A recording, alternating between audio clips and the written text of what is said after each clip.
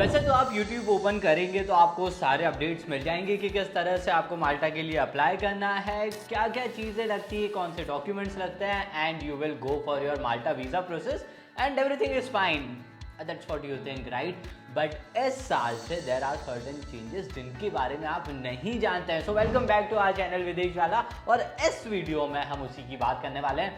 1 2 3 नहीं, पूरे 7 अपडेट्स आपको देने वाला हूँ that will make you most updated when it comes to studying abroad and Malta। और वीज़ा प्रोसेस के बारे में जो सबसे इम्पॉर्टेंट चेंजेस है उन पर करेंगे बात। तो इस वीडियो को अंत तक देखिएगा।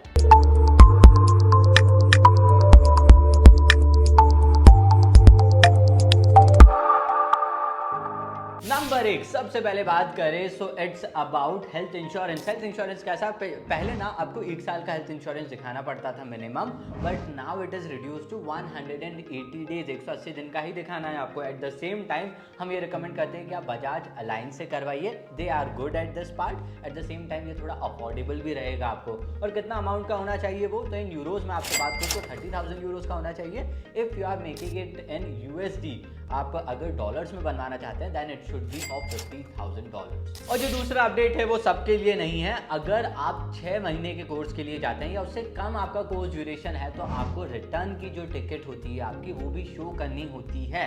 अगर उसका जैसे आप बैचलर्स मास्टर्स इन सब के लिए जा रहे हैं तो आपको रिटर्न टिकट नहीं शो करनी है। बट 6 महीने का कोर्स है, उससे कम का कोर्स है, तो आपके पास फ्लाइट टिकट जो होती है वो रिटर्न की भी होनी चाहिए। एंड आपकी जो वीज़ा अपॉइंटमेंट डेट है उससे आप 6 से 8 हफ्ते बाद का बुक कर चलिएगा।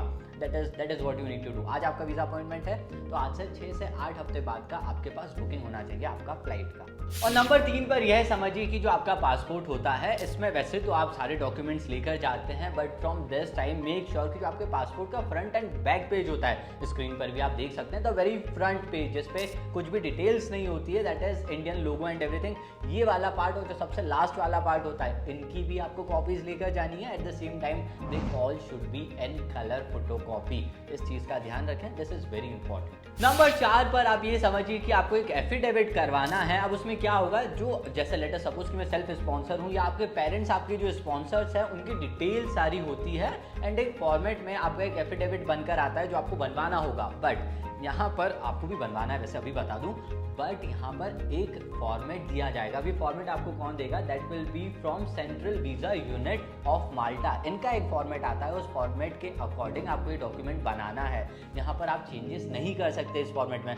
हालांकि वो फॉर्मेट कैसे बनाना है, कैसे सब करना है, उसके लिए हम इसकी एक डेडिकेटेड वीडियो थोड़े टाइम में लाने वाले, तो सब्सक्राइब जरूर कीजिएगा क्योंकि उस वीडियो में मैं आपको पूरा बताऊंगा। एंड ये डॉक्यूमेंट आपको नोटराइज करवाना पड़ेगा 100 रुपीज़ के स्टैम्प पेपर पर भी। तो वो कैसे करवाना है, क्या करवाना है, क्या डॉक्यूमेंट है, वो सब हम आगे बात करेंगे किसी और वीडियो में, तो उसके लिए सब्सक्राइब कर रखिएगा। नाउ डॉक्यूमेंट्स रिक्वायर्ड में एक चीज और समझिए, नंबर 4 पर जो पॉइंटर है दैट इज जो आपके एप्लीकेशन के टाइम, एडमिशन के टाइम आपने डॉक्यूमेंट्स दिए थे वो भी आप एक कॉपी एटलीस्ट लेकर जाइए। चांसेस आर कि इनकी भी आपको नीड लगने वाली है। फॉर एन एग्जांपल MOI हो गया, आपका LOR IELTS हो गया, आपका एक्सपीरियंस लेटर हो गया। ये सब जो डॉक्यूमेंट्स है जो आपने एप्लीकेशन के टाइम दिए थे, वे रिकमेंड यू कि जब आप वीजा के लिए भी जा रहे हैं तो इन डॉक्यूमेंट्स को साथ में कैरी करें, they will be helpful for you.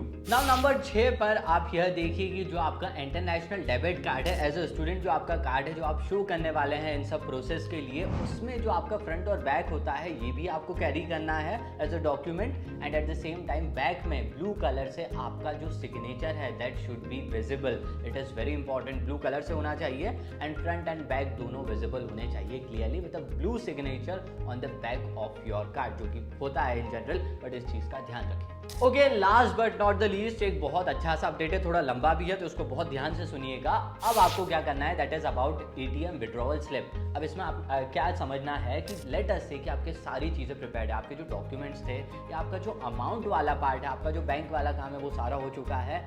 And now अब मैं जब ये रिकॉर्ड कर रहा हूँ that is end of Feb, तो मैं ये मान रहा हूँ कि मार्च के स्टार्टिंग में मेरे पास सारे डॉक्यूमेंट्स प्रिपेयर्ड है और अप्रैल में मेरा अपॉइंटमेंट है। तो मार्च में मुझे ऑलमोस्ट 1 महीने पहले जो मेरा अकाउंट है जिससे मैंने सब कुछ रेडी किया है अमाउंट, उसमें से 500 रुपीज़ विड्रॉ करने हैं एटीएम जाकर, और वो जो एटीएम की स्लिप मिलेगी वो मुझे अटैच करना है मेरे डॉक्यूमेंट्स के साथ। फर्स्ट स्टेप, वो स्लिप को ध्यान में रखिएगा, 500 रुपये की वो स्लिप आपके लिए इंपॉर्टेंट है। सेकंड, अब आप जाएंगे आपके बैंक के पास और एक नया बैंक स्टेटमेंट निकालेंगे वापस से, और इस बैंक स्टेटमेंट में आपको सील सिग्नेचर करवाना है properly. Eight the same time number 3, अब क्या करेंगे, एक बैंक स्टेटमेंट नहीं, बैंक बैलेंस सर्टिफिकेट भी आप बनवाएंगे, एंड उस बैंक बैलेंस सर्टिफिकेट में आपका जो अमाउंट है that should be in INR as well as euros too.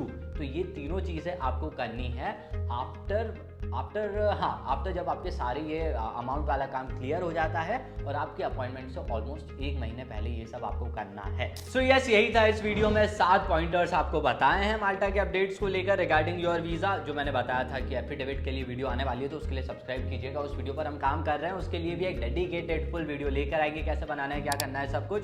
तो उन सब के लिए सब्सक्राइब जरूर कीजिएगा। Till that stay tuned and yes, thanks for watching.